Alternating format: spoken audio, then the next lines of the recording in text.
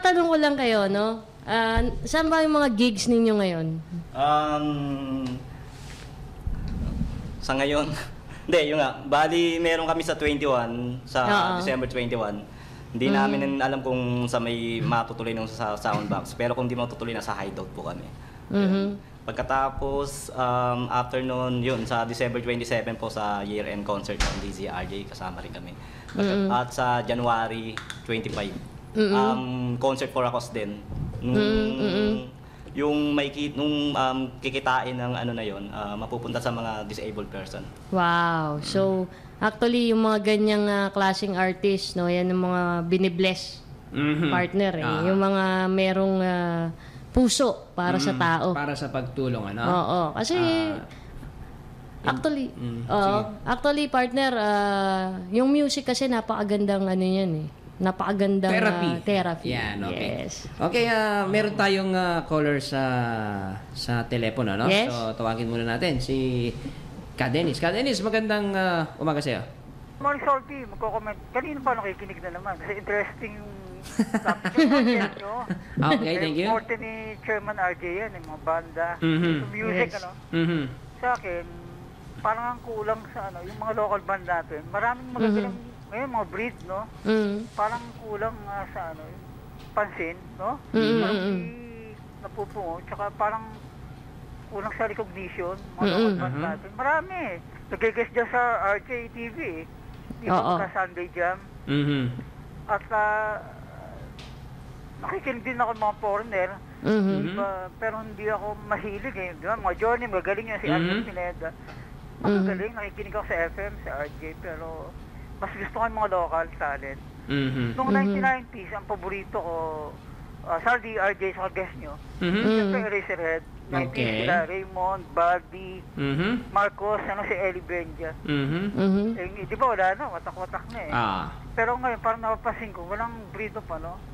Parang mga mainstream, yung localized, parang commercialized na rin. No? Kaya siguro, sana bigyan din ng pansin niya, no? Meron naman tayong music, di ba, yung mga organization. Oo, tulad nitong pinatikim na walang napala, no? So, maganda ang rhyme, maganda ang rhyme, di ba? Message yun eh. Kung titingnan mo yung lyrics, So, ibig sabihin, kahit na walang napala, okay lang, parang diretso lang, parang gano'n, no? Diretso lang ang buhay. Catchy, ang ano ngayon, catchy. Tsaka may message na papanaw. Kaya siguro, yung guest nyo, dapat bigyan ng recognition at gagaling, maraming magagaling eh. Gagaling pa sila, kulang na sa Kaya nga, isang pagkakataon nga na ito, maimbitahan natin sila rito, no? At nang mapakinggan nyo naman yung kanilang music na hindi pa naririnig on air, no? At saka open yung kay Sunday Jam eh, nag-guess yung mga talent. Yes, malay mo, pagkagaling dito, no? At ang maganda nga rito, ang gamit nilang mga gitara ay from RJ. Oo. Sana nga, Saldi, balik yung ano, kayong wala pa yung mga teleradyo yun. RJ, meron na eh. Oo, RJ yung nagsimula ng teleradyo. Naku, 56 pa nun eh. Faithful eh. Kayong original. Yes, of course. Thank you. Okay, thank you very much. Maraming salamat, Ka-Dennis. So, any reaction dun sa pinahayag ni na ating caller na si Dennis? Yun, masaya. Kahit pa paano. Masaya kami dahil nga, yun nga, appreciate nila yung music na position po namin na walang napala. Walang napala. Sana po may mapala po. Ayan. Hindi, may mapapala naman yan. Lalo na't nandito kayo sa RJ. Yes, okay. So, siguro, yung ating pangalawang kanta, baka pwede na nating iparinig ulit. Yan. Next song sa amin, Drop to the Higher Ground. Bali... Original song din yan, Original songs. Okay. Inaalay namin to sa mga biktima ng Bagyong Yolanda. Okay.